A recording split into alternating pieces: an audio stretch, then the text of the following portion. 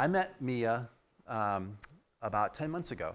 I went out to Portland to take a class on bicycling infrastructure and planning, and I was impressed. I spent a week out there, and I got to tour throughout Portland and look at their bike boulevards and their shared lane markings, and I thought, wow, this is something that we could do here in Fort Collins.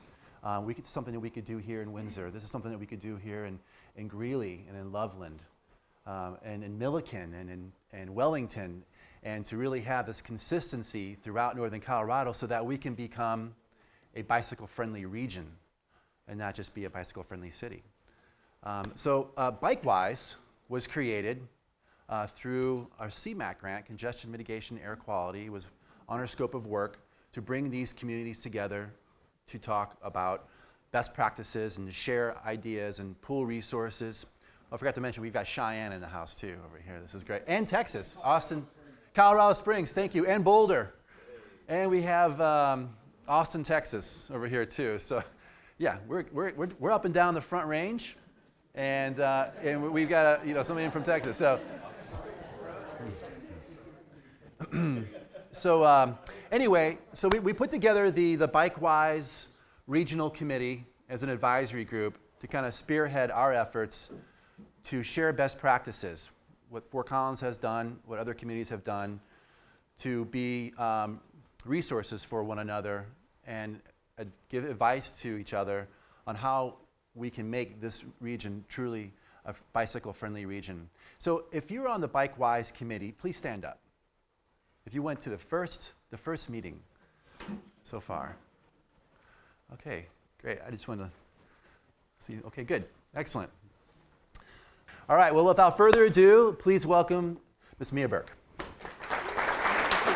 right, well, let me give you a little overview of who I am and how I got to throughout my career. And I think that, did you mention that everybody gets books? Yes. Okay. Everybody gets books. So this you don't have to take any notes. It's all in the book. The book's not that technical though. It's really it's more of the story, like the stories behind the scenes, the really funny little short vignettes. So let me just tell you how I got to be the so-called expert, as DK said. So I live in Portland, Oregon, and I'm a little bit intimidated by having Marnie in the room here, and because Boulder's, honestly, just fantastic. Amazing. So amazing. And I feel like when I came to Boulder twice last year that I just learned a ton. And same thing with Fort Collins, just amazing stuff. So it's like we're compadres here, right? We all have something to learn from each other.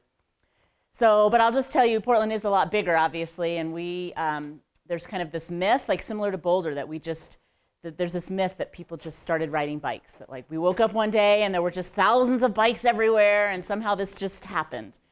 And all of you that are in public works and planning and city design and stuff know that these things don't just happen, that we make them happen.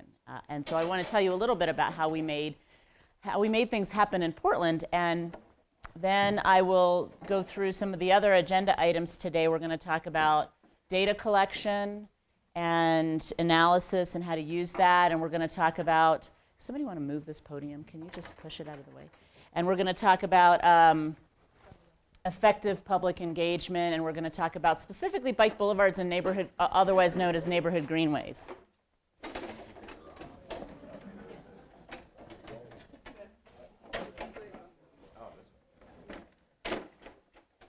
Super, thank you. Okay, we're going to talk about neighborhood greenways. We're going to talk about the new NACTO Urban Bikeway Design Guide. Some of you were on the APBP webinar a couple weeks ago. Anybody? 2. Okay, so most of the rest of you, this is fresh material. Good. Sorry, you'll have to listen to it again. And community readiness. We're going to talk about community readiness as part of this first overview.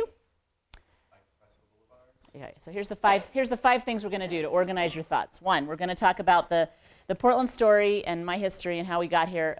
Included in that is the idea of community readiness. What are the key elements to getting your community ready, both to make the big changes that you want to make and even to do the more innovative, crazy stuff that gets you landed in the front page of the media. Number 2 is the NACDO Urban Bikeway Design Guide. Number 3 is going to be effective data collection and analysis processes. Number 4 is going to be bike boulevards, also known as neighborhood greenways. And number 5 is going to be effective public outreach and encouragement type of activities. How do you really make the cultural change? Those are the 5 things. I have a number of other things I could talk about, like one I thought you might be interested in is public bike sharing and the role of public bike sharing, which we could do as a short bit since you've got the Denver B-Cycle. But my sister company, Alta Bicycle Share, operates Capital Bike Share in Washington, D.C., and is about to launch the big system in Boston. So we have more of an overview of what public bike sharing is and what it can do for your community. So if anybody wants to hear that, we can slide that in. We'll see if there's time. Okay. I'd like to make this more of a conversation, so please feel free to just bust in at any moment and say what your question is or what your comment is. Does that make sense? Okay, so let me just tell you a little bit about Portland. So this myth is that Portland just became bike friendly, and the history of Portland's a little different than that. Portland was a streetcar town in the early part of the 1900s, and then the car came, of course, and then we built highways in all directions and sprawled out into the suburbs and became a lot like the rest of the United States. Although, of course, the U.S. is a big place, so it's maybe more akin to some of these Colorado cities than it is to like New York City. No. But a lot of sprawl, and our air quality started to decline, and by the time they had the Clean Air Act, Portland was violating air quality standards regularly. We had terrible congestion in downtown Portland. We had businesses were fleeing to the suburbs. The schools in the inner part of Portland were just emptying of middle-class families, and so Portland was really heading downhill fast. Then the folks got together in the region, and a number of things happened all at once. There was one, I should tell you that this is Portland, the center city, but you can see that there's suburbs all around. So it's fairly traditional like that, and there's a lot of sprawl all in the suburbs. Now this is Portland with the big black lines are the highways that were built in various directions. And there was one more highway left on the books, and this is called the Mount Hood Freeway that was envisioned to go to Mount Hood, which is out here to the east. And obviously that's Oregon's biggest recreational and a huge economic generator in the state of Oregon, since that's really one of our biggest ski resorts. 11,249 feet. So it's not that high by Colorado standards, and it's a wet snow, which isn't as good. But we wanted to build the Mount Hood Freeway, and the highway planners had this on the books for a long time. And my house, when I lived in Portland, was right here. And so I moved into this little neighborhood and instantly discovered that it was a pretty downtrodden place, and there was a reason why people had not done any home repair, hadn't painted their houses, and that is that the government for 4 or 5 decades had said, we're coming to take your house. And that is clearly going to make a big impact on people's psyche. So, but in the 70s, residents had seen the impact, having seen decades of the impacts of what was happening, and had gotten inspiration from other cities that had said, we want to do something different. We don't want to be a place where there is no core, there is no center, there is no effective way for people to walk and bike and take transit. We want to be something else. So they formed this organization called STOP, Sensible Transportation Options for People, and they fought hard against the Mount Hood Freeway, and they won. And instead of the Mount Hood Freeway, we got an emphasis on compact development. And we got our first light rail line, MAX. The money was taken from the Mount Hood Freeway and put into MAX. And there was a downtown freeway that was turned into a waterfront park right along the river in downtown Portland. And a parking lot was transformed into our town square. And you really can't overstate the transformational nature of these big changes to Portland's psyche. Yes, we can change things. Yes, we can do things different. And regional leaders got together and formed the MPO, and they said they formed an urban growth boundary around the region, and outside of the boundary you can't develop anything. And so that protected farmland, which is part of the reason why Portland has really great food locally, because we protected the farmland. And that's great, but there is a lot of sprawl up to the edges. But there was definitely a whole conversation that went on it's still going on today, but for the first 10 or 15 years, it was a very detailed debate amongst the region's leaders. What do we want to become? How are we going to work together? how much do land use and transportation really go together, and what can we do as officials to bring them together? And so the regional government took a big leadership role in shepherding that conversation amongst all of the different jurisdictions, and there's 26 cities and 3 counties, so and plus Vancouver, Washington to the north of Oregon, just on the other side of the Columbia River. So it's a big conversation, and I would say that there was really a very solid mutual understanding that we have a role to play as regional governments, that we have a role that all our destinies are intertwined with each other, and that we together can make a lot of progress.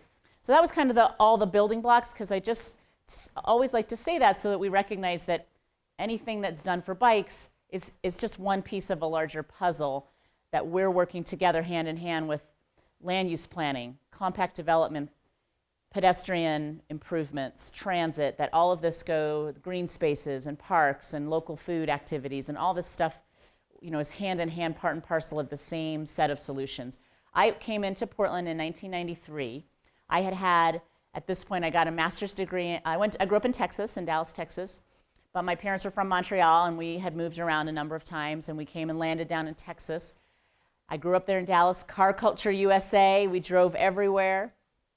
I went to undergraduate school at the University of Texas, Austin, and got a degree in government. And then I went to graduate school in Bologna, Italy, and Washington, D.C. in international relations at Johns Hopkins.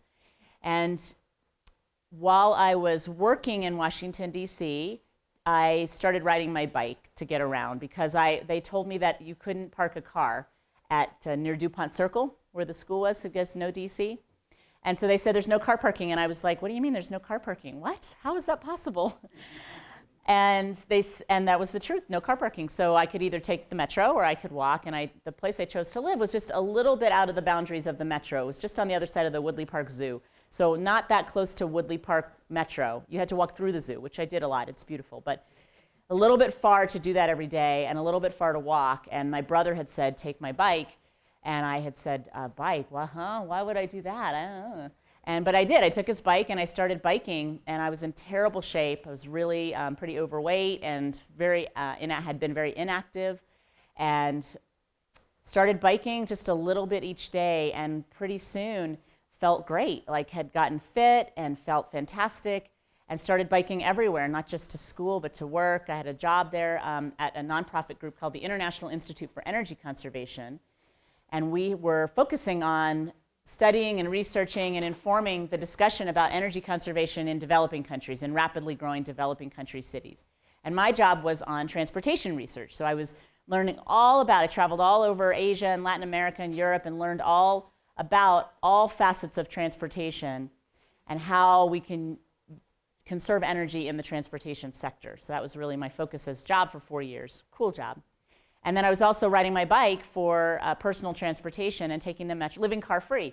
And so this kind of epiphany for me was that biking was a core part of the world's solutions, and that we were deluding ourselves to think in so many of the cities I saw massive investments poured into road building, like multi-billion dollar superhighways in cities that were so congested already with horrific air quality problems and health and safety problems. And yet we were shoving all this money into road building in places where almost nobody could afford a car. And I just saw all these paradoxes and recognized that the US and our model was what was driving a lot of the rest of the countries to look at what we were doing. And I had this epiphany that we needed to do something different. And this was the early 1990s. When we passed the first transportation bill, ICE-T, that set aside money for bike and pedestrian projects and programs. And so I wanted to be, at this point, I decided I wanted to be a bike coordinator. So I figured states were actually required to hire bike coordinators, or at least give somebody that job. So I wanted to do that. And there was only a handful of such jobs in the country at that time. I think Boulder had a bike coordinator as early as the 70s, right? Okay, so a little later. There were, well, and then, so by 89, by the time I was the bike coordinator, 1993, Boulder had one, Fort Collins had one, right? Maybe Colorado Springs even? No? No. Davis, a lot of the university towns did, and I thought that would be, and Portland did, and I thought that would be a really neat job to have. I went out to Portland to look for work, and amazingly, I landed the job of bike coordinator in Portland, Oregon. So, all right, backing up a bit, we've turned this highway into the waterfront park, the parking lot into Pioneer Square. And if we back up a little bit, in 1971, Oregon passed the country's first complete streets bill. And it said that whenever roads are constructed or reconstructed, you have to put in bikeways and walkways. Actually, it was said bicycle ways and footpaths. So the terminology has evolved a bit. And it said that a minimum of 1% of transportation funding had to go to biking and walking. So this is just completely radical in the early 70s to have this. I think there was some stuff I read about Fort Collins doing some stuff in the early 70s, though, right? You know, we got our first bike lanes. It was in the early 70s. In the early 70s, so yeah. Bike lane in the early 70s. So yeah, there was this kind of, and you know, Idaho started doing some really bike activism in the 70s. So there were some pods of awareness, yes. Don Stathos. There was an Oregon legislator named Don Stathos who drove it, and it was a little bit of that Jimmy Carter kind of era around the first oil embargo that kind of drove it, and it was a recreational cycling thinking as well. It was, I want to ride my bike on these country roads. He was from Eastern Oregon. He wasn't from the city, and he wanted to ride his bike on these country roads, and he wanted them to put in shoulders. I mean, it was kind of that level of thinking. It wasn't super sophisticated. It was just, look, we need to be able to walk and bike. And he was around for a long time, that legislator. This law, I talk about this in my book. It's a great story because, you know, we all adopt laws and policies and rules that are on the books that a lot of times we ignore them, right? And this one was ignored. For 2 decades, almost no sidewalks or bike lanes went in on any street. And we did not spend 1%. Although, you know, if you build any sidewalk, you're going to spend at least 1%. But it was the notion that there actually was a dedicated pot of funding was completely ignored. And then in the 1990s, well, right about when my first day on the job is 1993, and I'm sitting in my cubicle, and this woman comes into she's the PR person for the city of Portland, and she comes into my cubicle, and she is hysterical. She says, "You cannot talk to the media." And I say, "Oh, hello, nice to meet you. Mia Birk, bike coordinator." She says, I won't tell you her name. She says, "You cannot talk to the media because we're getting sued." Okay, so the BTA is the local advocacy group in Portland. They sued the city for non-compliance with this law. And it hit the day that I started my job. And it was the Trailblazers, where the Trailblazers play. The Trailblazer Arena is called the Rose Garden. And there were 5 streets being reconstructed around. And the BTA had been frustrated because this law was being ignored all throughout the state. And so they had a lawyer on their team who advised them, find a high-profile case to test the law in courts. And the BTA had, for a couple years, been working with the city around the Rose Garden. And they had been saying, you need bike lanes. And the city of Portland had been saying, well, we'll put bike lanes on this street, but we really can't fit it in on this street, so we're not going to do it on this street. And the BTA had said, no, you really need to put bike lanes on this street. And they went back and forth for a long time. And the mayor of Portland, Vera Katz, she said to the BTA's lawyer, look, we're just in disagreement, okay? There's an exception in the law. Like most complete streets policies have an exception that says you should do this except if it's extremely expensive or there's a really good alternative route. The Denver just adopted a complete streets policy, right? Who's the Denver person? There's probably an exception. Most of the languages have an exception. So there was an exception, and the city of Portland's engineers said we fall within the exception. And the mayor said, we're just in a disagreement. You're just going to have to sue us. And they walked out of the room and went, well, that's a good idea. That's exactly what we'll do. And so they sued the city, and it was extremely high profile. It was all over the media, and you know how long it takes to go through the courts. So it went through the courts. It took a long time, and I was a bike coordinator. We're putting in bike lanes. We're putting in a bike plan, and yet we're being sued by the group that's supposed to be our friends. It was a really weird situation. And then they actually won. Like, they won in a round of court, and the court that had the jurisdiction said, there is a law, and it does say these things. Now remanding it to a lower court to decide if, in fact, the city was in compliance or not in compliance. But that's the first step the court does is say, yes, there's a law. The BTA holds a press conference and declares victory, even though the judge actually hadn't ruled on the merits of the case. They had just ruled on the technicalities. And so the BTA, very clever, they declared victory. And they had a big press conference, and it was all over the media. And Earl Blumenauer was our city commissioner, who's now a congressman. He did not like this. Did not like the fact that the BTA was winning in the court of public opinion, and it looked like the city was going to be forced to do this. So he called me on the phone. I was the bike coordinator. He called me and he said, "We need to fix this. We need to get this lawsuit to be done." So I held a meeting with our engineers. And we had 2 on the side of putting the bike lanes in and 2 on the side of not putting the bike lanes in. And they were screaming at each other. Actually, I was one of the 2, and then there were 2 that were screaming at I was one of the 2 that wanted to put the bike lanes in, and then there were 2 that didn't want, the guys who had been working on the project from the beginning. And it was really about ego. It was like, we said we weren't going to put the bike lanes in, by gosh, and we're not going to change the plans now. The plans are set, and that's all there is to it. And the other guys are going, well, we could just narrow the travel lanes a foot, because it wouldn't really hurt it, or we could narrow, there was like this median thing, we could narrow that, and so that we're problem solving, and they refused, and we're fighting and fighting. And finally, this guy who's like a really old guard engineer, who's on the verge of retirement, he'd been at the city for 30, 40 years, this guy had designed some of Portland's most squirreliest, auto-oriented, pedestrian, unfriendly stuff you can imagine. And he says, you know what, guys? I think we could put those bike lanes in. It's time for us to evolve in our thinking. Let's just do it. And so he broke the tie, and we went out of the room and went and got some beers, settled ourselves down, and called Earl and said, all right, we've got a deal, and that was it. That was the end of it. So I learned a lot of lessons from that, which is if you've got a policy, a complete streets policy or whatever, you better make sure that you're going to actually do it.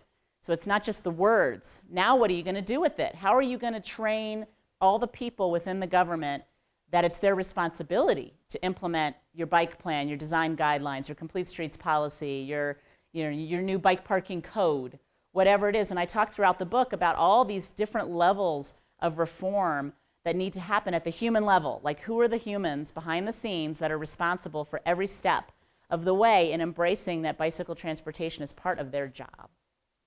And that was the first lesson I got in that.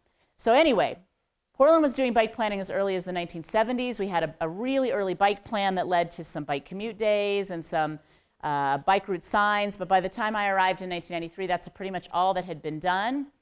And we had a new politician, Earl Blumenauer, and we had a new bicycle advocacy group, the BTA. So this is kind of point number 1.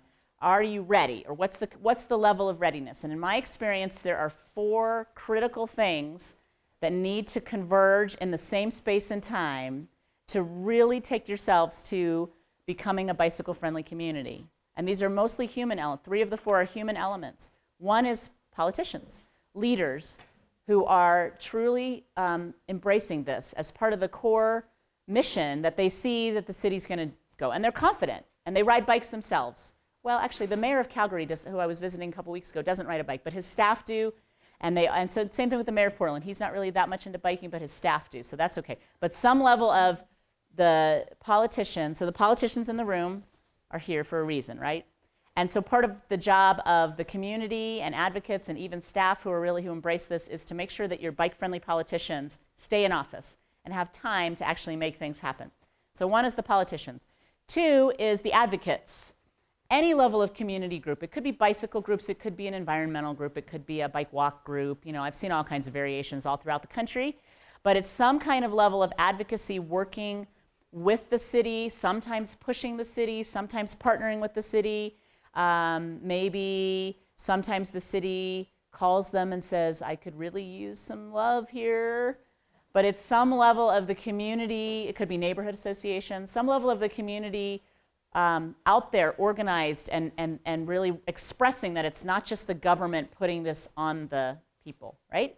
And the 3rd, see if I have the right slide, is staff, bureaucratic staff.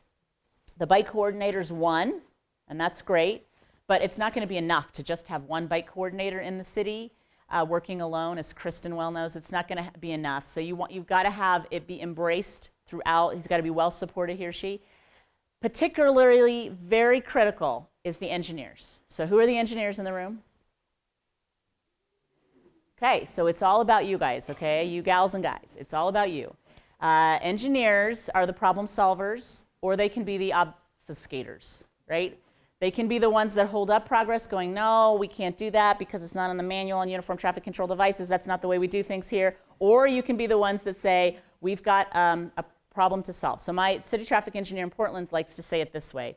For a long time, we were given a problem to solve, which was to move cars as safely and efficiently as possible. Those were our jobs, and we did that, and we did it well. And now we have a new problem to solve, which is to create a balanced transportation system, to use the transportation system to support economic development, which includes healthy, safe neighborhoods and people on bikes and foot. And so that's a different problem. And so I'm setting my engineers to solve that problem.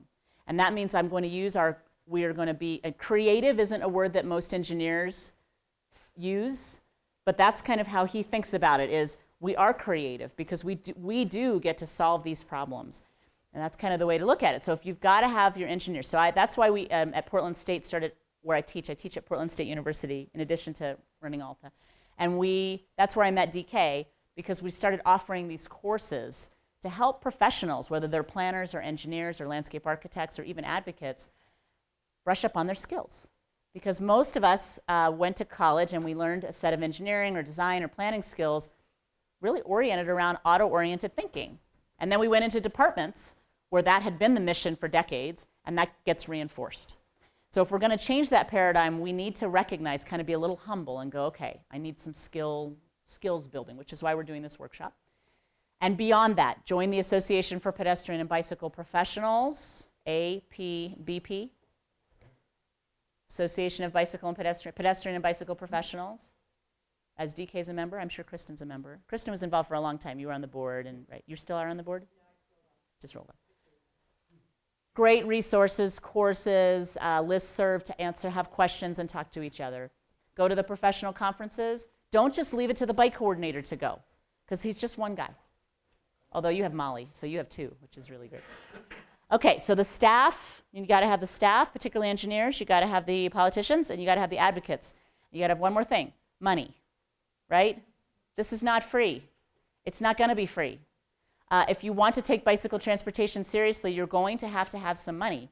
It's not going to fall from the sky. There isn't like a magical pot of bike funding sitting there. There is, though, CMAQ funding and transportation enhancements grants and the EEDJ. The Energy Efficiency Conservation Block Grant. That one, and then there's the Tiger funds have been used, and then there's the Safe Routes to School funds and the Recreational Trails funds, and the EPA HUD grants. I can't remember the exact name. And DK has been very clever at using those grants to fund his position. So there are ways to use those grants cleverly, but the most effective cities also find ways to use local funds and to set aside some of those local funds, or to infuse that bicycle transportation is part of what's done in every department through the city. It's not just something that's off in a pot of funding, that 1%. No, it's part of what we do. So institutionalization and the funding commitment comes direct. That's a really core part of it. So you can't pretend like it's free. You just can't. That makes sense? So if you have those 4 things in place, you can do amazing things. If you have only 3 in place, well, you can do some things, for sure. And you can take it pretty far, but you can't take it. Your maximum readiness is when you have these 4 things in place. In Portland, we started in the 1990s with almost no bikeways. We had, most of our roads looked like this. And bigger roads look something like this. Yes, you saw a few cyclists, not very many. And we had some bridges that were we have a lot of bridges in Portland, and they were all really, really crummy from a bike perspective. And let's face it, there is no really good bicycle transportation system that expects you to walk your bike. It's like asking people to push their car. It's not a welcoming sign. I don't think, Marnie, you in Boulder, you don't have any walk your bicycle signs, do you? Well, except for in a pedestrian zone or something, right? In a pedestrian zone. But the first thing when you get requests for it, is you're not allowed to ride your bike on commercial sidewalks. Uh-huh. We get requests for those signs, but we haven't put them on. Right. Okay. People don't do it. We'd like to ask people to push their bike. Right. Get out of your car and walk. Okay, so when I arrived, we had some bike route signs on local streets. We had some fabulous paths. Wonderful. And we had a lot of resistance. So by the time they had tried to put some bike lanes in the 1980s, and they had come into full force of resistance. Now, I will say that in looking back, I recognize that they started with some hard projects. Parking removal in neighborhoods. Anybody tried to remove parking? Not fun. No. No. I'm still scarred from it. It still stuns me. We had some really good bike parking. And the business community, their response to this, I show them these pictures, their response is, but there's plenty of bike parking, people just aren't using it. And I would say, come on, it's on the 3rd floor of the parking garage behind the dumpster. This is not this is not going to work. And they would switch their argument and go, government trying to ram things down our throats, and it's basically a takings because we can't pay for this and that kind of stuff.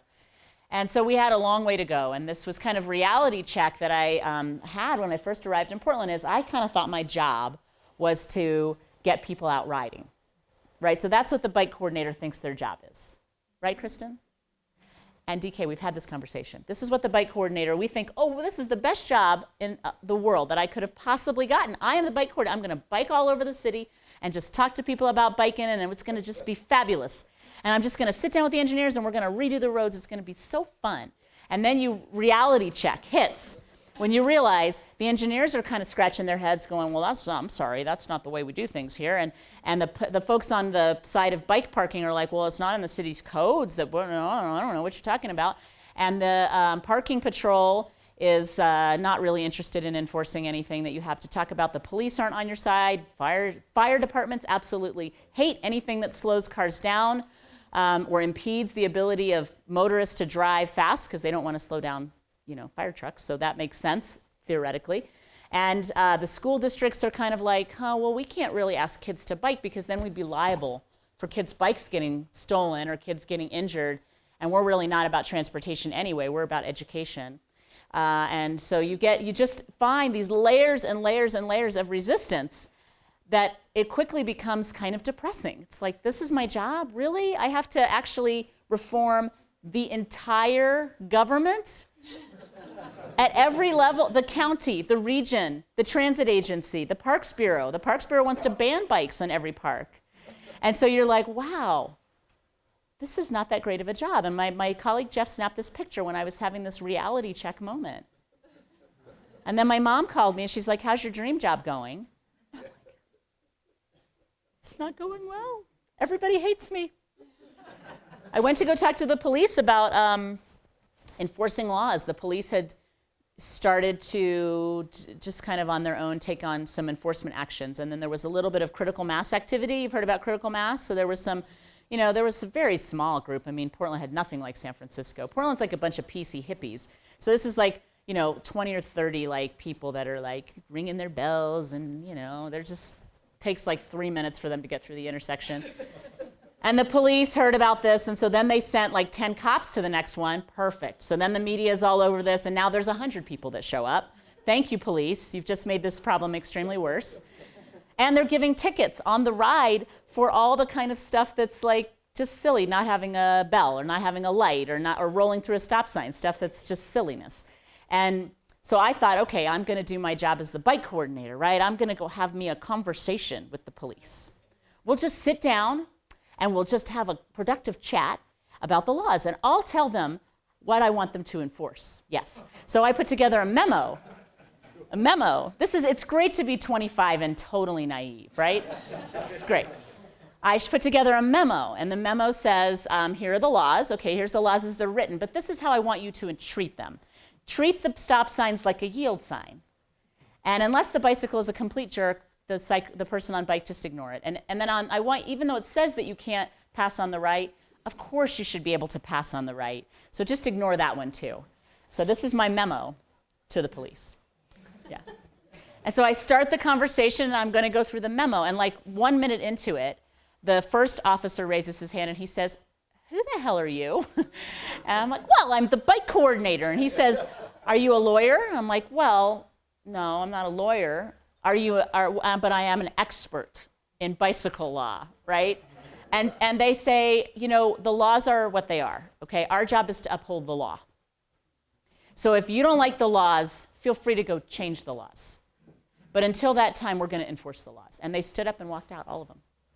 Except for one guy who stayed, and he said, I ride a bike a lot on the weekends, and we're getting a bike, we're starting a police on bikes unit, so I'm really excited about that. And he said, but so recognize that there are police officers that understand what you're saying, but we don't really have latitude. So definitely look at laws that you want to change and focus on that. So the BTA then kind of had this realization that this is well beyond the job of a bike coordinator. The bike coordinator only has so much time and has to prioritize the best use of that time. And the bike coordinators often spend a lot of time holding bike commute days, which is maybe arguably not the best use of their time because the government is the only ones that can restripe the roads and build things, and the bike coordinator has to play this big role in reforming from within. So perhaps the community can run the bike commute days. Perhaps, so I took it upon myself, I'll just seed the bike commute days. I'll give them money for 3 years, print some brochures, bring some bananas, do some media outreach, but then I'll hand it off to the BTA. So I'll catalyze. And I'd learned that from Peter Lagerwey in Seattle, who's a kind of a mentor. He had been the bike coordinator there for a long time, and he had suggested that. And then I thought to myself, fighting with the cops, really not a good use of my time, not going to get anywhere at all. So I talked to the BTA, and they eventually, it took a long time. As you were asking about laws changing, many, many times they went to the legislature and they finally got a law that says that bicyclists can pass on the right if it's safe to do so. They've been trying to work on the stop sign thing, have not succeeded yet, but they've gotten a lot of things changed, like the passing law and the passing on the right law and a bunch of different things. So, okay. I started traveling all over the city having a community conversation about bicycling, and this is a good place to start, is just talk to people, because let's face it, most of us, if we're used to driving to get where we need to go every day, the conversation needs to start with simply opening our minds a teeny weeny bit to the notion that the bicycle is not just a sport, which it is, not just a toy for kids, which it is, those are good things, but it's also a way that we can get to the grocery store or to the restaurant or to work or to the school, not for every trip, just for some trips maybe.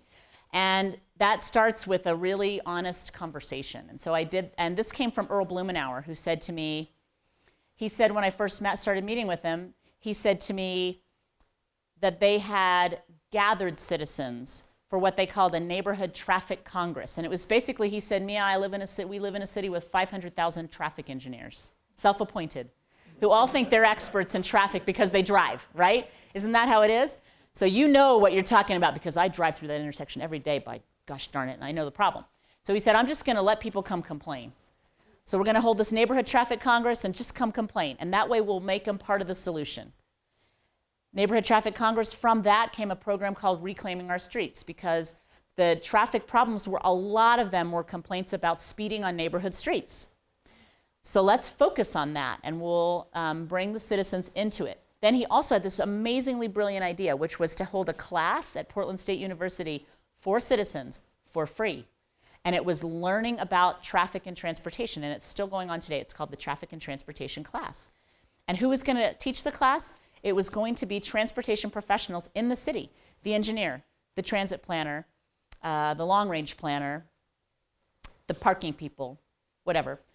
Each one would get a little chunk, the bike coordinator, each one would get a little chunk to basically say to the citizens, this is what we do. This is how we think. These are our plans.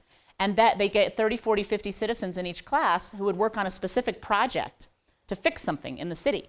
And from that, he started to raise the level of literacy within the community about transportation and engage citizens in the notion that they could be part of the solution.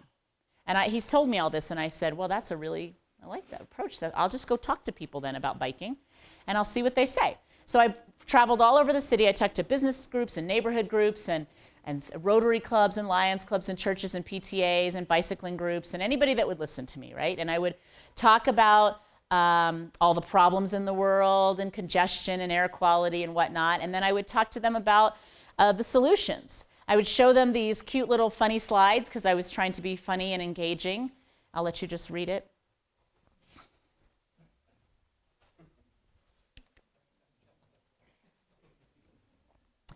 And most people in these groups kind of read stuff like this and they'd get a little nervous. Be like this pause of like, what is she saying? And they kind of feel for their car keys a little bit, like, is she trying to take away my car? So there's a lot of skepticism, but in every group, like 2 or 3 or 4 people would come talk to me at the end, and they'd say that their doctors told them to get more exercise, or they'd say that they wanted their kids to bike to school, like they had once done. And so I figured that if in every group, 2 or 3 or 4 talked to me, that meant I was influencing 10 or 20%, were kind of opening their minds, and that was really good, because small changes mean a lot in transportation. And so I kept going, and by the end of it all, we had several thousand people on a mailing list that were engaged in this and saw themselves as part of the solution. So we, in 1996, adopted our bike master plan, and I built a little program around me through grants, basically, through a little bit of CMAQ funding and a little bit of this and a little bit of that and a temporary position and an intern, that kind of thing, where you sort of cobble together your group. And this was the bike program. And we started putting in bike lanes, a lot of them by narrowing travel lanes, sometimes by trading off travel lanes. And this was one of the first ones. And this was on the Burnside Bridge. In this case, we had 6 travel lanes, 3 in each direction, and we traded off 1 travel lane to put in 2 bike lanes. So it became an unbalanced cross-section, 3 in one direction, 2 in the other, based on the travel patterns. Okay? Seemed like it would work. On paper, everybody very nervous. What was going to happen? Would it just completely cause gridlock? And so Earl Blumenauer took us aside and he said, guys, we're not going to hide from this, okay? We're not going to be afraid. We're going to embrace this. It's the first bike lanes really in downtown Portland. So let's do it with style. So we rented porta potties and hired a band and declared Bike Fest on the Burnside Bridge.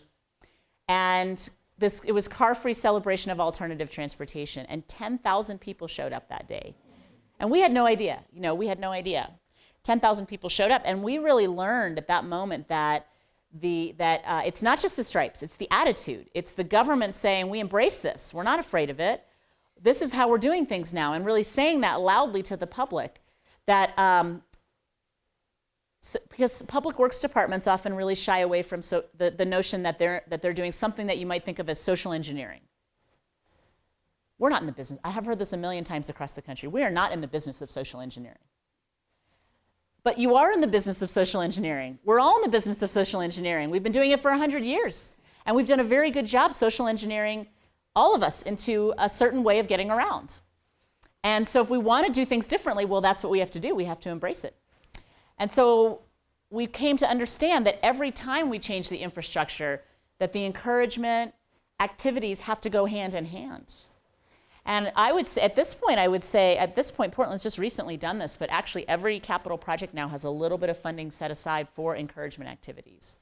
So some places, do you have like a 1% for the arts kind of rule here in any? Yeah, so like that kind of thing, 1% for encouragement, because you put in the bike lanes, and some people will come, it's true, but if you put in the bike lanes or the trail or the Safe Routes to School program, and then you encourage people to use it, and encourage them in ways that are meaningful to their lives, you use effective encouragement activities, then people come in droves and flocks. I mean, they really do. They really are willing to change their behavior, but they're not going to just look at this bridge and go, okay, bike lanes, like I'm ready. It takes more than that, I mean, some people will, but it takes a little more than that. 10,000 people on that bridge. Okay, the bike master plan is another critical key. Are you ready? In Fort Collins, just a 2008 bike plan update, and the safety plan that's going to be wrapped into it, which is really, really good stuff. I know Boulder has an excellent bike plan. I'm sure Colorado Springs does too, Kristen, right? It's old, okay. I'd say updated every 5 years. Okay. And Denver just adopted a new bike plan, and so I'm not sure about all the smaller other communities here. Who's got their bike plans done and ready and feel good about it? Okay, so step number 1, yes? Well, Austin, yeah, Austin. Eric's from Austin, so. Why are you here again? Are you just visiting? I'm tempted to move to this bike paradise. Oh, yeah. I don't blame you. Isn't it? I just love it here. It's great. Guys, I want you to adopt me as my second home, okay? Austin's like my third home, so. Well, okay, so your comprehensive bike plan that includes all these good things, from policies to benchmarks, really critical, bikeway network, connected, seamless, meets the needs of not just the people that are biking today, but the people that you want to bike in 20 years. And that means primarily focusing around women and children as your marker. If women and children and people well into their senior years are comfortable biking, then you have made a situation that is comfortable for everyone. So although it is fabulous that there are confident people out riding on the roads today, those are not your primary target market for a bike plan. Your target market is the majority of folks who say, I am interested in cycling, and this is every poll, every focus group that you do. all across North America will come up with the same thing. Something like a half to 2/3 of the people you poll will say, I think biking is, I like biking. I think it's a good thing. I own a bike. It's in my garage. I bike on the weekends. I used to bike. I know my friend that bikes. I have a favorable impression of the concept. But, and the but will be, I am afraid. It's not safe. I'm going to get hit. There's too many cars on the road. They go too fast.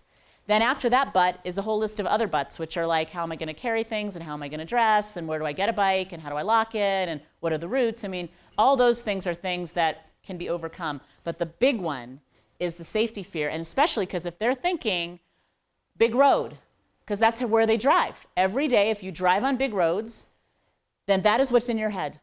And you're thinking to yourself, you're going to put me on the big road to bike? I'm not going to do that. I don't care if you put a bike lane in. That's not enough.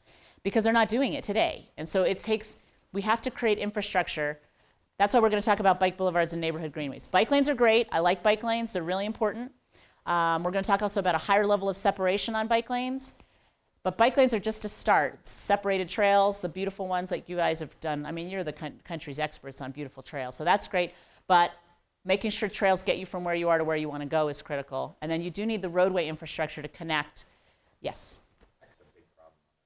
Yeah, I mean, I'll tell you about we've done a lot of work over the years in my firm and it's the city of Portland too. I was there from 1993 to 1999 as a city bike coordinator. Then I've been consulting since 1999. And my firm works all across, we started in my kitchen, but now we have like 100 people nationwide and 16 offices. And I have put just a couple of pieces of literature on the table. And we do planning and design of bikeways and walkways and bike master plans and ped master plans. And we also do a ton of encouragement activities and lots of safe routes to school stuff.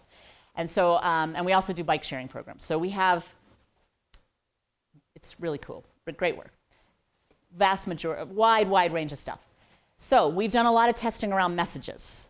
What is effective? And I'll tell you what's interesting is there's no one effective message. I mean, you can't put out a campaign that says, ride your bike because it's fun, and you're done. There's like 6 or 7 messages that work depending on the population. And the health message works to a certain extent. It doesn't work to kind of shake your fingers at people and say that they're overweight and they should get out and ride. It does work to work within schools to create a culture around biking so that it becomes just normal. It does work to certainly make biking extremely fun. Like the delightfulness of biking as just like there's all the stuff you're doing in Fort Collins, all the festivals and all the fun rides and the kids rides and the rodeos and all that stuff really does work. It does. An environmental message, surprisingly enough, is not very effective. It does not, like climate change, get out and ride your bike. It's green. It doesn't quite work, particularly now that people are driving Priuses. Priuses kind of hurt us a little bit on that. It kind of gives people a cop-out. Well, I drive my Prius, so I'm already environmentally friendly, But Colorado is extremely literate on the environmental side, right? So people are already very environmentally sensitive.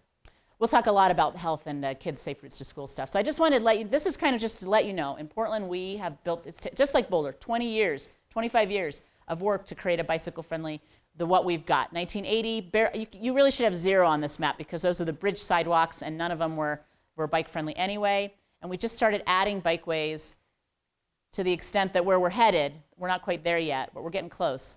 Went from about 0 to 325 miles of bikeways, something like that.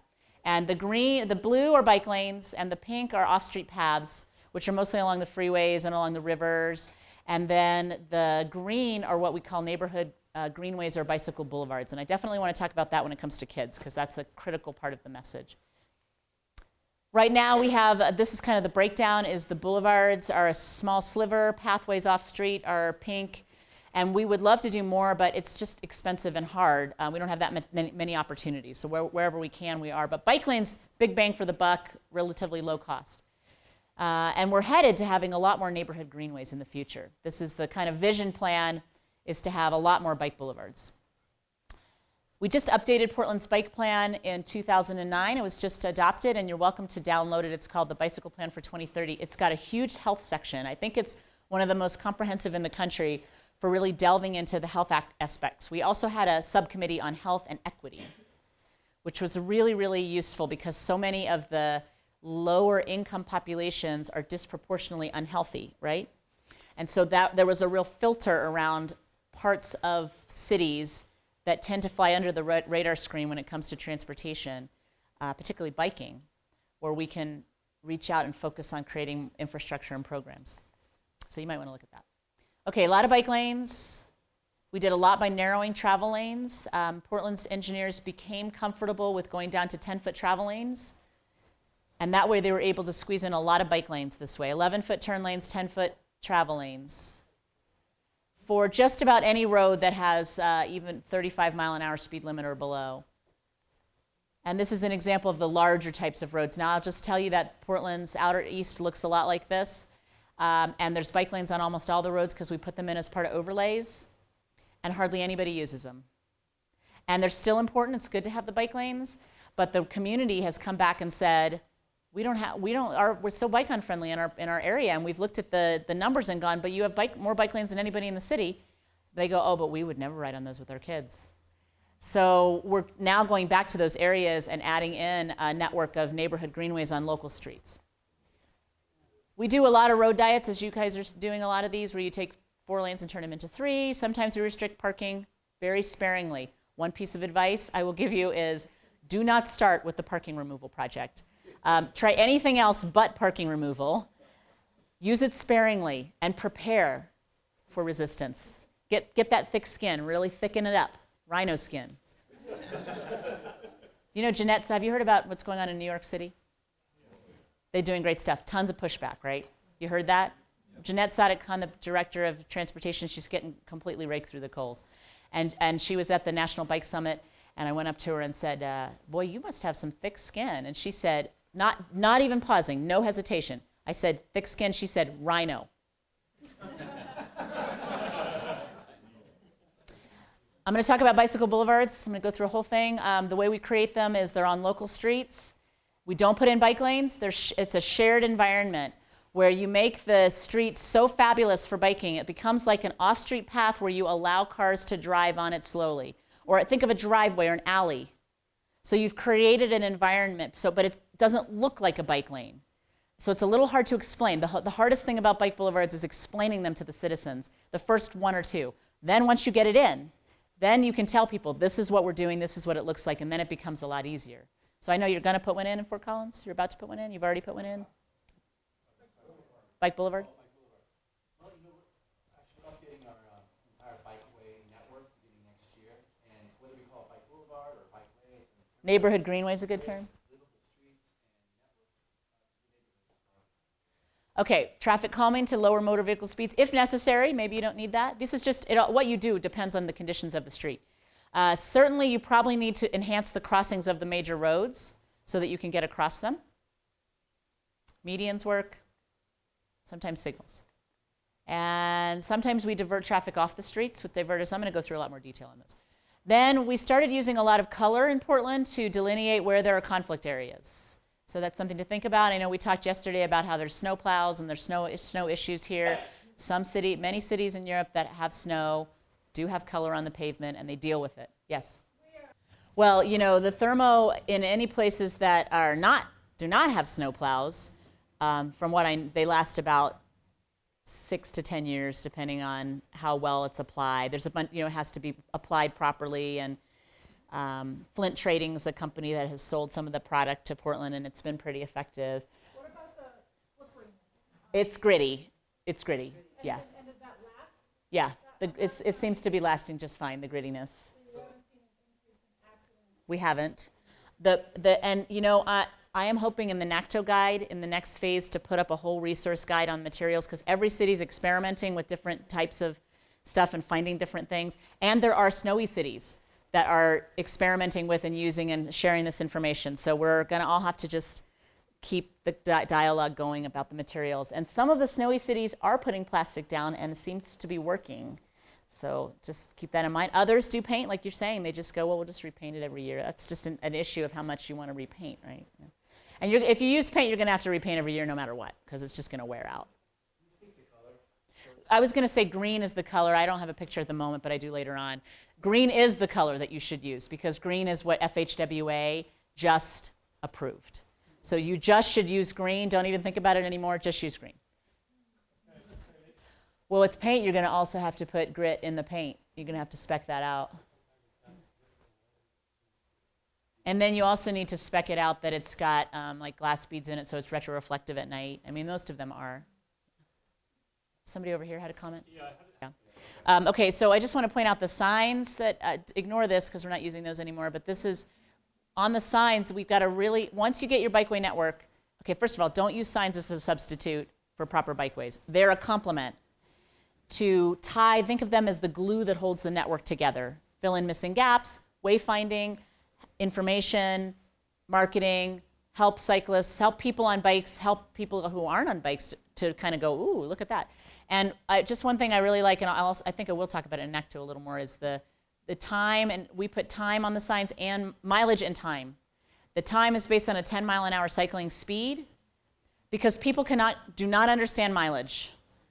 Okay, everybody that drives thinks that it takes them less time to get there than it actually does. Everybody that bikes, everybody that thinks about biking thinks it takes them more time to get there than it actually does.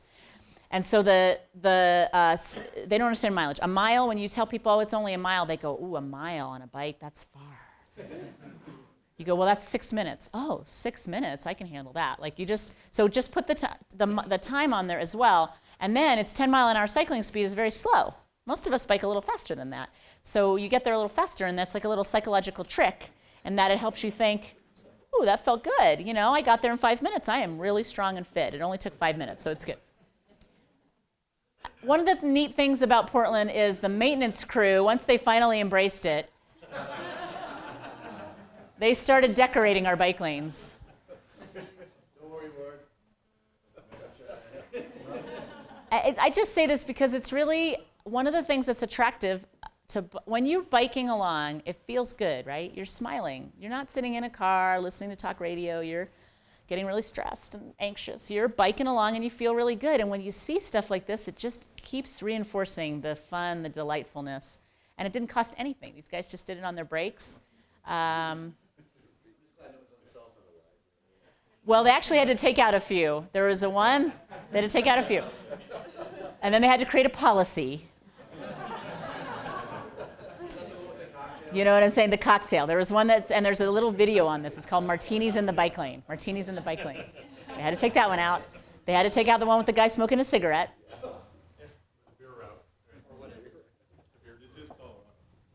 So you guys could be checking. I don't know.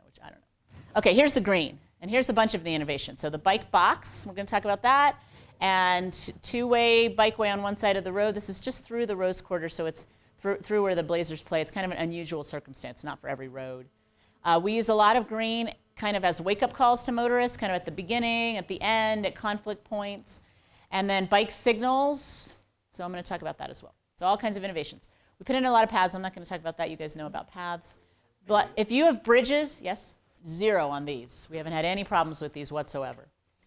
On color, Portland jumped ahead before it was approved.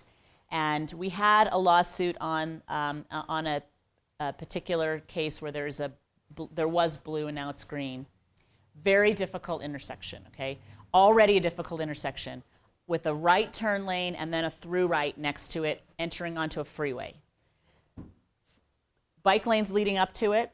The MUTCD told the city, the MUTCD says in there, your choice, basically drop the bike lane. That's what you should do. So Portland dropped the bike lane.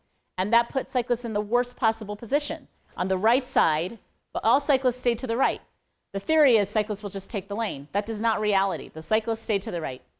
Then the city tried, well, we'll put a bike lane in, and we'll put in drop the bike lane, but then put a sharrow in the middle of the through right lane to try to encourage cyclists to take the lane. Videotaped that, found the only cyclist out of hundreds that took the lane was the bike coordinator, Roger Geller. Confident male, took the lane, knew what to do. All the rest stayed to the right. Then they tried, okay, we'll put in a bike lane in between the right turn lane and the right through lane, which kind of worked. And then they decided to add color to really wake up motorists. So there's colors, signs leading up to it, and there's color through the intersection. And there was a crash. There were a bunch of crashes before that. There were, in the after period, there's only been 2. But, you know, still, you have any crash, you kind of fix. So what happened was the cyclist was hit by a truck driver turning right. The cyclist was pretty injured pretty badly, and the cyclist sued the trucking company, and the trucking company sued the city, saying it was non-compliant with the MUTCD, right? So you guys are all panicking right now. All the engineers are like, see, that's what I'm saying. It's not in the MUTCD. You can't do it. Well, what happened is that I became an expert witness on behalf of the cyclist, and I had left the city at this point, and the bike coordinator, Roger, was subpoenaed. So he and I, who have had the same experience and worked on this stuff together, were on opposite sides, which is okay because we all had access to the same information.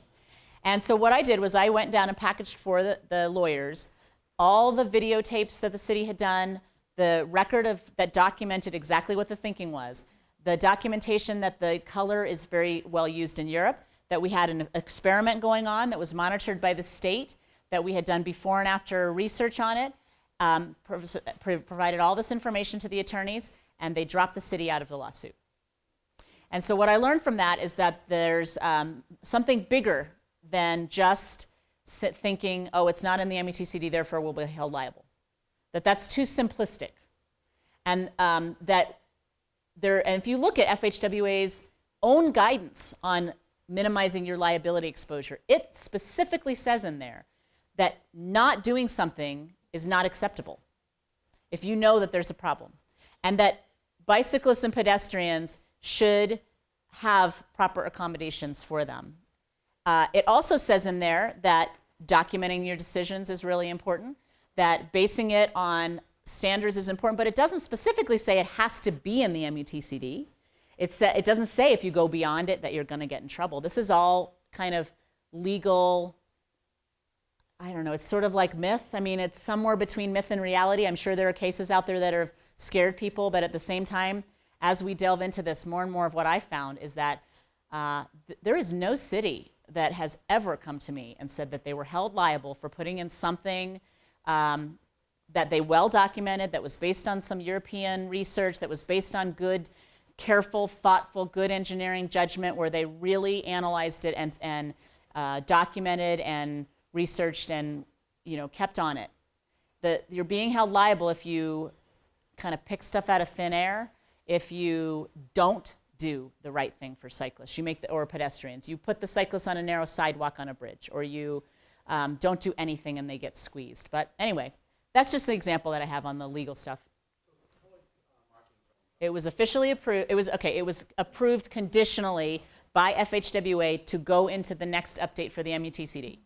So it's gotten conditional approval. They have not issued specific guidance yet on in what circumstances they would approve it. But the NACTO guide covers all of that, and we're working now closely with, and we're hoping that it'll dovetail very closely in the end. So if the community does choose to use color pavement markings, should they do a request to experiment? They don't have to use it. No, they don't have to. Mm-mm. They don't have to for the sharrows. That's in the MUTCD. If the FHWA people will tell you that if you want to use a bike signal, you should ask for permission to experiment. There are literally dozens of communities that are using bike signals that have not asked for that permission to experiment, and it's fine. There's a lot of experiments going on. It's very likely that by the end of the year, we'll have conditional approval for bike signals. Same thing with the bike boxes, although I know you have officially got experimentation status. That they want you to ask for permission. But I will tell you that they have said, Bruce Friedman at FHWA has said, if you apply for experimentation status, they're going to approve it. They're not going to give you a hard time. They're not going to make it really complicated. So, it's a form that you fill out, and you're supposed to study it a little bit, which is good anyway. So I think that we've made progress on it not being this hideously onerous process, and it's not hurtful at all to get more information about what's working and doesn't work. Yeah. Just want to talk for a minute about institutionalization, which is the notion that we all have a role to play, whether it's the transit agency, bike racks on all, you have all this already, right? Bike racks on the buses, okay, hanging racks.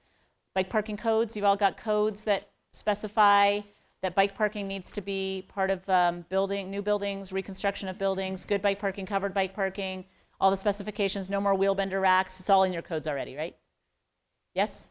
No? I can't speak to the other communities right now, but City of Fort Collins has 5% of total parking spaces has to be for bicycles. So those two concepts are currently married now. Okay, so another way to think about it might be that instead of doing it as a ratio of parking, because you may want to actually not have that much auto parking. I mean, what if they don't have any auto parking, which can be a good thing, is to do it based on building square footage and types of uses. So that's another way to do it. There's plenty of model codes out there. APBP has an excellent guide on bike parking that has some sample codes in there for any of you cities that don't have a code. It's not just the code. Code language is the first step. Second step, now you have to train the architects and the developers in the community that it's in the code and what's in the code. You can't just put a wheel bender rack by the dumpster, that you have to put in good bike parking and here's where it goes. Then you have to train your plan checkers, your permit people. Then you have to train your building inspectors. So all those things have to happen to make this bike parking code stuff work. And there is a role for the city to play as well, because there's public buildings and there's buildings that already exist that you need to go in and put some kind of bike parking. So there's a lot of work in the bike parking realm to really put in the amount of bike parking that's needed. I could do a whole day on bike parking. Whenever you do resurfacing of roads, that's a really good time to put in the bike lanes or upgrade the intersections, upgrade the signals, whatever it is. So institutionalize it into your maintenance bureau that is part of their job. They need to sweep the bike lanes, they need to trim the low-hanging branches, they need to fix all the drainage grates, they need to put in bike lanes as part of resurfacing, they need to be part of the solution. Yes? Makes sense? Okay, I'm going to talk about encouragement programs later. I'm skipping this. Parking patrol, put them on bike. The best thing that you can do is start putting people on bike. Take city staff out on bike rides around the community as part of their job. It can be a wonderful once a month bike ride during lunch. Did you do that, Marnie, with your staff? Your people all ride bikes anyway. Well, you make a great point, is that those that are already confident riders for sport, that are used to the racing mentality, put them on a very upright city bike, and so that they can start to make a mental shift. He also said he's like sore. He's getting a good workout because the bike is different. It's a heavier It's bike. heavy, yeah. But you also want to get them to not think that it's a race on the streets every day. So, and that's that's the beauty of this region, I think, that you have something that almost nobody else in the country has, which you have an incredible culture around sport, around biking as sport. And so you have this pool of people that are already biking. And can you get them to shift to the notion that they also bike just to get around, and they put down the Lycra and they get on the upright bikes, ride along at a reasonable pace, don't blow the stoplights. I mean, that's the hardest thing, is that they're used to racing. That's encouraged. Momentum is your friend, right? When you're racing, and now we're in the city environment, and we're asking you, now you're like a person using the bicycle as a vehicle, and you have to stop at the red lights. That's very hard, to make that shift. So we can all be a little patient, but we need to help the racy folks shift that mentality. It's a challenge, but it's an asset that you have. Okay, I'm just going to end with some of the data stuff as we roll into the data parts of it, which is Portland's been counting bikes, and so has Boulder, I think, for many, many years, which is a fantastic thing to do to make the case, help engineers be on board, be really solid about what you're doing. And so here's just some examples of the four bridges in downtown, how we've done counts every year. Started with a couple thousand cyclists per day on these 4 bridges. Now we have about 18,000 cyclists a day on these 4 bridges in downtown Portland. We also have 40, 50 counts from all around the city that are done every year by volunteers using the same methodology. You can certainly use hose counters, you can use video counters, you can use eco counters. There's a lot of different technological, you can even use loop detectors. So there's a lot of different technologies to do the counts, or you can use students. Yes? What happened in '95? You know what? Here's a more compelling way to look at it. This is the same 4 bridges, okay? So these are the bikeway network miles as they're increasing, the bars. And then this is the trend line over time. I don't know what happened in '95. It was a down year. No. Nope. Nope. Nope. I do know that the economy went down in 2009, and less people were driving, period, less people were taking transit, all the numbers were down. That's what I can explain 2009. Did you guys have a transit booth in 95 or something like that? Nope. We don't know. I mean, we just don't know. All I can say is don't look at any 1 year's worth of data and just look at the trend over time, right? I don't know why. But I do know that in 2002, we started our Smart Trips program. individualized marketing that I want to talk about in more detail, and that has been incredibly effective at getting people out, more people out on bikes. And I do know that around here we opened up the East Bank Esplanade, an amazing trail right in downtown Portland, and that a number of bridges were upgraded. So I do know those things helped along the way. At the same time as Bikeway, the mileage was kind of leveling out. But the mileage was leveling out. We weren't putting in as many miles of bike lanes, but we were doing some really critical, high profile, iconic things like bridge improvements and trails. So yeah, I think it's so important to have a trend line over time. You cannot look at 1 year's data. Do not let the media trap you into that. Just don't. You have to tell the story yourself. So the media freaked out. They were just all over this dip, and it was just ridiculous, and we just stuck to our message. Over time, bicycle use has increased 400%. It's 1 year. We did. Starting in the early 90s, we started basically two things. One is we used volunteers and students. And I had a professor at Portland State University that agreed to use a class, a statistics class, to go count every year. And then we also made it part and parcel of the way data collection at the city does their work. So they're out collecting data anyway, and we kind of added that as something. And then after that, the class kind of stopped, and every summer, the bike coordinator today basically pays for beer and pizza and trains a new cadre of volunteers, and there's a 2-week window, and they go out and do the counts. And we put online, Alta, there's this huge issue, which is with lacking the data, you can't do traffic projection. You can't do modeling. You can't make future assessments in any way, shape, or form if you don't have any past data. So Portland has been collecting data, and we went to the modeling folks and said, use the data, and they said, oh, that's not enough. I mean, that's just Portland's data, that's not enough. So we set up a project called the National Bicycle and Pedestrian Documentation Project. So all the forms are online, all for free, and we're just collecting the data in a big database across the country at this point. And we're working with FHWA, Caltrans in California's been using the data in some way, shape, or form to evaluate and start to look at trend lines and all those kinds of things, so we can build models. So yeah, I mean, I think you could partner with the university here, CSU or University of Colorado, right? CU and CSU. UNC. You could use volunteers. You can get a grant for this. There's some grant money that could go to that. You have a suggestion?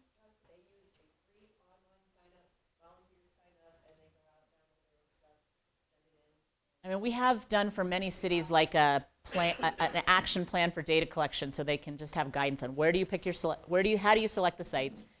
How do you make sure? You don't want to have just 10, I mean, you kind of need extra volunteers because somebody will just not show up. So you kind of need to have redundant levels of volunteer.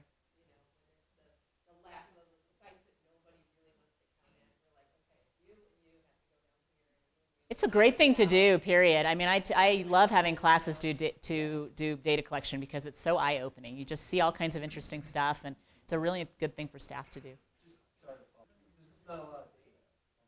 So we met with CDOT yesterday. Who's from CDOT? Anybody?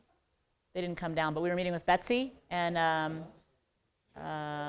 Elizabeth, and they've got six counters they're going to be moving around. No, 6 that are permanent and a bunch of others that they're moving around. Yep.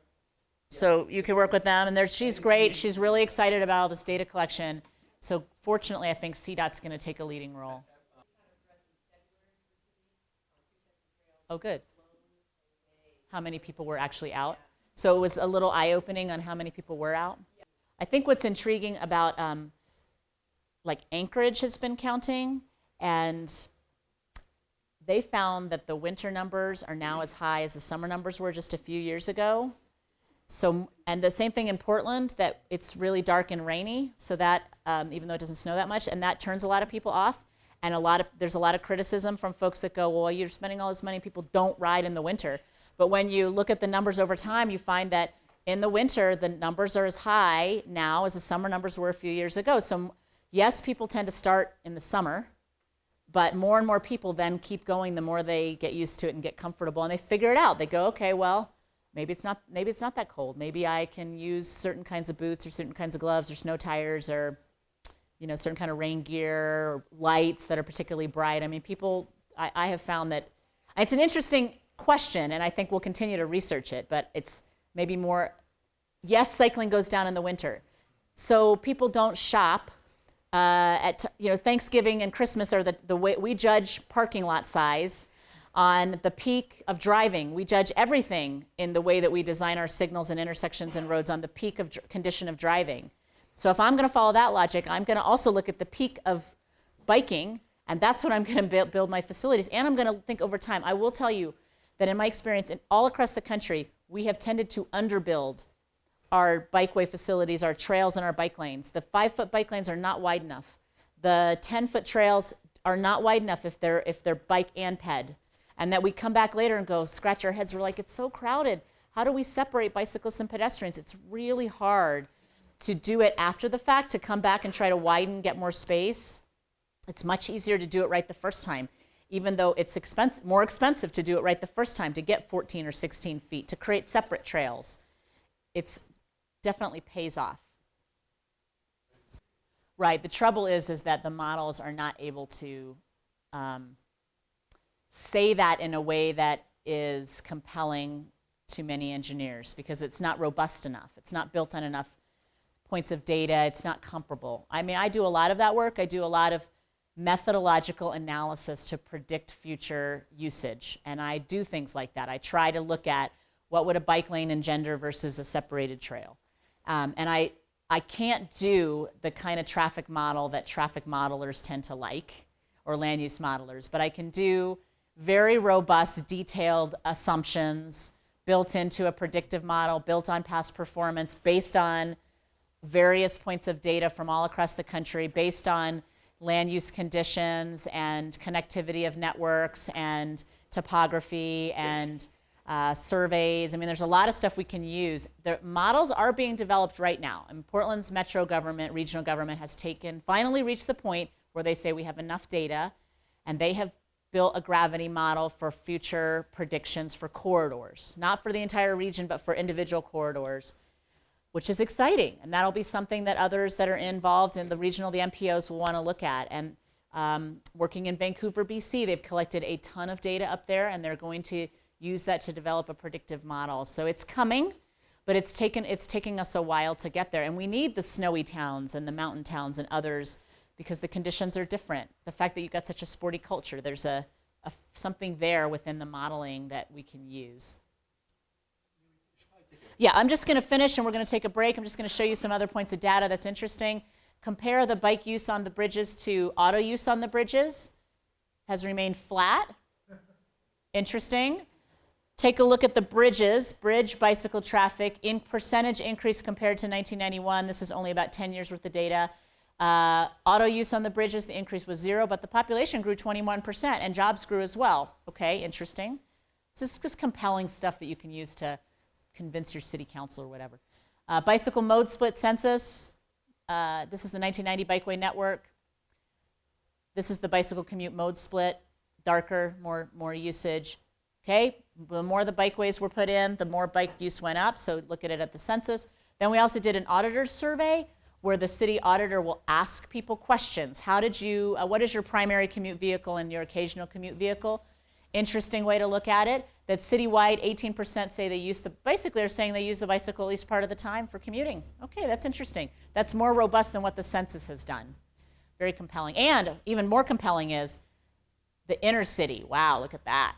European numbers. Very hilly parts of town, with very rural kind of roads that wind and go up a hill and have almost no shoulder. Okay, that tells us something. Look at this. Every major road has bike lanes out here. It's very suburban style layout, kind of far from downtown. We need a different solution. So this gave us some real information about how we could continue to evolve the structure of our bikeway network. Would that study be done in Fort Collins, that same sort of segmental kind of understanding of the entire Yeah. city? Definitely. We've built a whole model around this called the cycle zones analysis I was telling you about in the car. And we broke it down even by little neighborhoods to really look at what is going on there. Topography, barriers, land use, the bikeway network completion, and the quality of the bikeways. So if you just have narrow bike lanes on major roads, that's going to be different than having a network of trails or separated bikeways or bike boulevards. Yeah. Is it about the network? Is it about the encouragement? Is it about something else that's preventing people from choosing the bicycle? And so we did the model for the entire network, the whole region of Vancouver, and it was just fascinating, just fascinating. Do you have the image of the traffic, the crashes versus the I do. Let me get to that. This is just showing you that when the media comes and picks on us and goes, you don't have enough data or your counts aren't good enough, then we go, whoa, whoa, whoa, there's 4 different ways of measuring this. They're all going up, just to have more than one way of saying it. Now here's the news DK was talking about. This is the bike motor vehicle crash rate. And it's the crash rate. So the number of crashes has remained about the same. There was a jump, and this is not because there were more crashes, it's because the reporting method changed. This is kind of hard when you're trying to compare apples to apples when they changed the reporting method. And so the numbers would have been in the same range if they had. But overall, because the exposure is so high now, there's so many more cyclists, the crash rate has plummeted and continues to do so. And what's interesting is it's not just the bicycle crash rate. Motor vehicle crash rate, pedestrian crash rate has actually gone down to the lowest level since 1925 in Portland. The safety plan that you put together in Fort Collins has a lot of the same elements of what Portland's been doing. Portland's also been focused really on motorist speeding, drunk driving, and distracted driving as the top 3 priorities, and that has helped lower motor vehicle crashes to the lowest level since 1925. Which is great. Yeah, I mean, I think that's a great question. So he was talking about is critical gaps. And on Portland's case, a lot of them are bridges. And so whatever you've got that's a gap in your system. And in some of those cases, that we think that really had a role to play in why bike use went up in those years. We did a whole analysis in that one study that looked at not just the gap, but the network leading up to the gap. So on bridges, it's not just the bridge, it's how can you get to the bridge. And I'll tell you the 2 conclusions we had from that is on bridges, the network leading up to the bridge is one critical factor, and the second is the quality of the experience on the bridge. And that bike lanes on the Burnside Bridge, that continues to be flat. It jumped up when we first put the bike lanes in, and then it's flat. And every other bridge, we've improved the sidewalks or created a separated path. And in all those bridges, they continue to rise at significantly higher rates. So the quality, bridges are a funky place. People are not comfortable riding on the roadway surface a lot. Some cyclists are, but not all. And the network leading up to the bridges is critical. Okay, I'm going to stop here, and let's take like a 15-minute stretch break.